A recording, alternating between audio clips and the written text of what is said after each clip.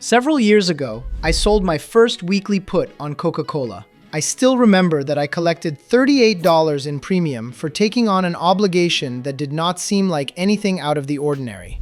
Yes, okay, $38 didn't change my life, but the realization of what I was doing eventually did. What amazed me is that I had just been paid to wait, and if I could do it once, I could do it every week for the rest of my investing life. Well, almost every week. There are cases in which you may want to avoid trading, and I'll tell you what it is in a minute. Hi, I'm Liav, and today I'm going to show you exactly how I run a weekly put income program on Option Samurai. My plan has 5 steps, and I'll walk you through every single one. But fair warning, I'm not going to cover them in order. The first step I want to talk about is actually step 2 on the map, because if I don't frame this correctly up front, nothing else in the video will make sense. So let me begin with something that annoys me, which is what I read on Reddit every single week. Normally, somebody will post a screenshot of a weekly put trade, they show the 1% they collected, and suddenly the whole comment section is chasing 1% per week like it's a salary. And the math they do in their head is always the same. 1% a week, 52 weeks, compounds to a very nice number. Easy, right? Well, it's not easy at all. Here's what that math actually assumes. You win every single week, you put the same capital to work every time, you never have a losing trade, never sit out a week because conditions are bad, never get stopped out, and you never get assigned. It's not the 1% that's fantasy, it's the assumption that the 1% repeats, unbroken, for 52 weeks straight. That's not how any real trading program works, including mine. So let me give you a realistic target instead.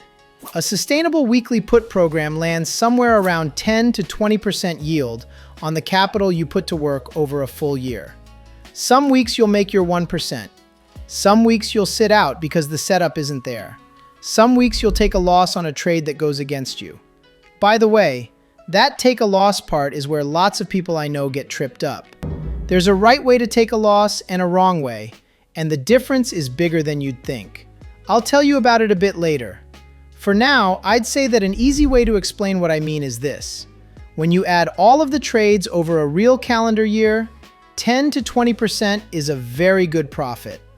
And here's the one thing I really want you to internalize. And yes, I'm going to half-quote Spider-Man's uncle here because nobody said it better. With great return comes great responsibility. Every time you reach for more yield, you're taking on more risk somewhere. Bigger size, closer strike, shakier ticker, worse timing. Do yourself a favor and keep that in mind before you pick a strike. This is the frame for everything else in the video. Every rule I'm about to give you exists because it keeps you inside that 10 to 20% yield corridor and out of the Reddit crater. Okay, so the first real step on the map, the one I like to call step 0, is checking whether this is even a week you should be selling puts at all. You don't have to be greedy. Not every week is a good week for selling puts.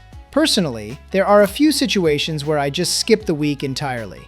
First, when the puts I'd like to sell have very low implied volatility. This means the premium simply isn't paying you enough for the downside you're taking on. Second, when the broader market is in a confirmed downtrend. You don't want the whole tape working against you while you're short puts. And third, when a major macro event is sitting inside your expiration window. A Fed meeting, a big CPI print, the peak of earnings season. These are the weeks where you put your hands in your pockets. Now you might be wondering, how do I actually know when IV is too low, or when the theoretical profit probability is good enough? I'm not eyeballing any of this. There's a specific thing I do to make the check automatic, but we'll get there. Let me move on to step 1 on my map. First, I call this item sizing. The idea is simple, and it's the step that keeps you in the game long enough for the plan to actually work. Here's the thing people forget. When you sell a put, your broker holds a collateral, which could be as high as the full strike value. This is the real capital commitment, so you should not think of your trade simply in terms of the premium you will collect. If the strike is $100 and you sell one contract, that's up to $10,000 of your buying power parked until the trade closes. In other words, you should size each trade with that number in mind. The rule I use is size it so that hitting your stop loss is a normal, boring loss, not something that changes how you trade next week. If one bad trade rattles your process, your size was too big. If you're sitting there thinking, yeah, but my account is small to begin with, you're not wrong. We're actually working on a full video on how to grow a small portfolio with options. Hit subscribe so you don't miss it. Okay, back to the plan. Okay, so we already covered step 2 with my short Reddit rant. So let me go to step 3. Now that we've framed the return, checked the market, and sized the trade, we need to actually find a candidate. The filters you could use are simple. Deep out of the money, 7 days or less to expiration, no earnings in the window, avoid ex-dividend weeks, keep a theoretically high probability of profit based on the Black-Scholes model, and set the annualized return target somewhere in the 10 to 20% range. That's the corridor we talked about earlier. Then, sort the results by probability of profit, descending, so that the theoretically safest trades are at the top. That's it. You can add more filters, but I'd say you're already good enough with what I just mentioned. I'm not aiming to be super smart here. I'm just trying to get a short list fast so I can spend my time on the decision, not the setup. So let's start by going to Option Samurai and click Compose New Scan at the top. In less than a minute, you can build a scan with the exact filters I mentioned a few seconds ago. Okay, so on the right, you'll see a list of tickers ranked by probability of profit. Let's just pick the one at the top of the list. Nothing special about that specific ticker, and you should always research everything to see whether there's any catalyst coming up that may push the underlying price suddenly down. You might as well pick another one here, but the point of the rest of this video isn't this trade. It's the decision framework that applies to any trade the scan surfaces. Step 4 is something I rarely see in other videos on the topic. How should we exit the short put? The rule I want you to lock in is simple. The exit plan is decided before the entry. Not when you open a trade, not during the operation, not after. Just do it before and you'll thank yourself later. So a good short put exit plan has 3 parts: profit exit, roll trigger, and stop loss. Let me walk through each one. The first rule will go more or less like this. Close the trade when you've captured somewhere between 50 and 80% of the maximum profit. Don't ride it all the way to expiration for the last few dollars. That's how you turn a winner into a break-even trade, or even into a loss. Imagine you have a trade where you have already collected $200 out of a maximum $220. Is the extra $20 really worth risking that a price shock takes away your unrealized profit? In practice, if I sell the put for $2 of premium and I can buy it back for 20 or 30 cents, I'm done and I can move on to the next trade.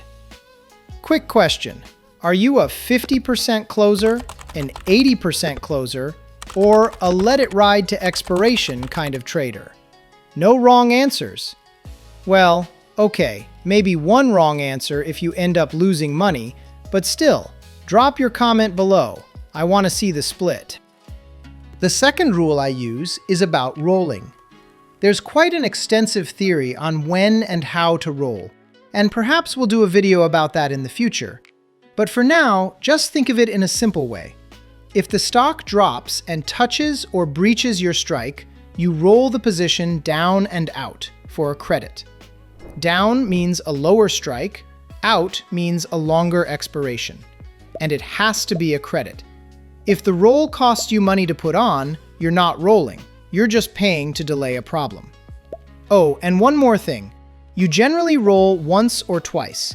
Do not do it forever. Every roll is another attempt to fix a position where you were wrong. After 2 failed rolls, the math may stop working in your favor, so just take the loss. The third rule is something hard to accept, but we have to do it. The stop loss. If the roll doesn't work, or if the thesis behind the trade has broken, you close the position at a defined loss.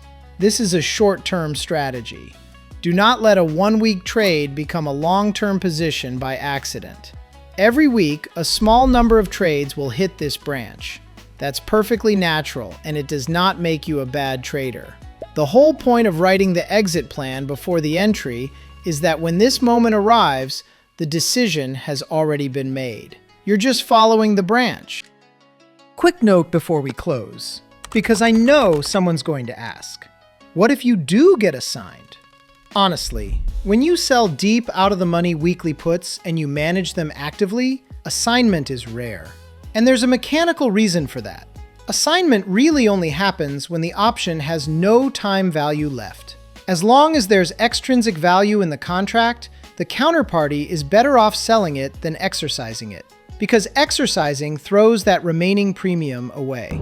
So for a weekly put to actually get assigned, you'd typically need the stock deep below your strike and very close to expiration, with all the time value already bled out. What I know from experience is that most short puts are closed for a profit or get rolled long before that happens.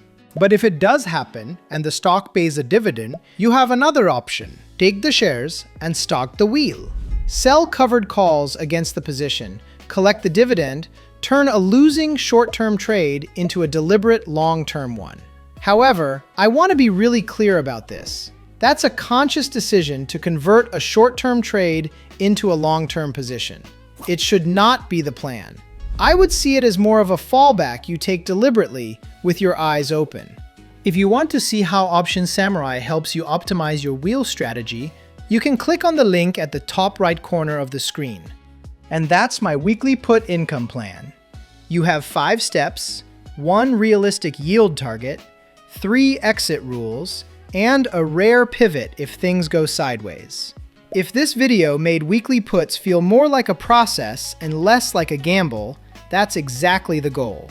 On our channel, we regularly publish educational content on how we use options in different scenarios.